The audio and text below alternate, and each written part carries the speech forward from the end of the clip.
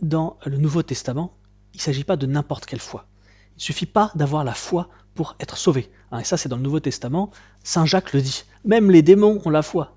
Allez lire l'épître de Saint Jacques, elle est très courte. Même les démons ont la foi. Pourtant, est-ce que les démons sont sauvés? Non. On appelle ça, du coup, pour différencier les deux types de foi, la foi qui sauve et la foi qui ne sauve pas, la foi vive de la foi morte. La foi morte, c'est quelqu'un qui, simplement à la foi, croit que Dieu existe, croit que Jésus est Seigneur. Mais ça s'arrête là. Sa vie n'est pas en cohérence avec sa croyance. Ça, c'est la foi morte. Et elle ne sauve pas. La foi qui sauve, c'est la foi vive, c'est la foi qui va opérer une transformation en tout notre être, qui va nous faire mener une vie cohérente avec notre foi. La foi vive, elle implique l'amour de Dieu. Une vraie foi, elle va nous faire qu'on aime Dieu. Et sauf que l'amour de Dieu, ce n'est pas quelque chose qui est simplement dans notre tête. L'amour, ça doit se matérialiser en des choses réelles.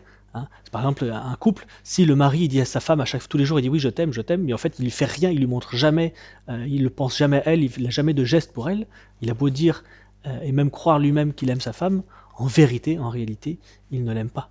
Quand on aime, quand on aime sa femme, quand on aime Dieu, on fait des choses pour lui.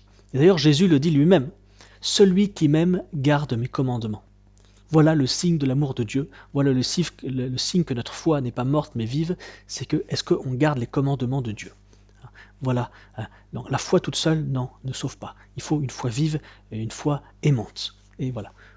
Le signe qu'on aime Dieu, c'est qu'on garde ses commandements.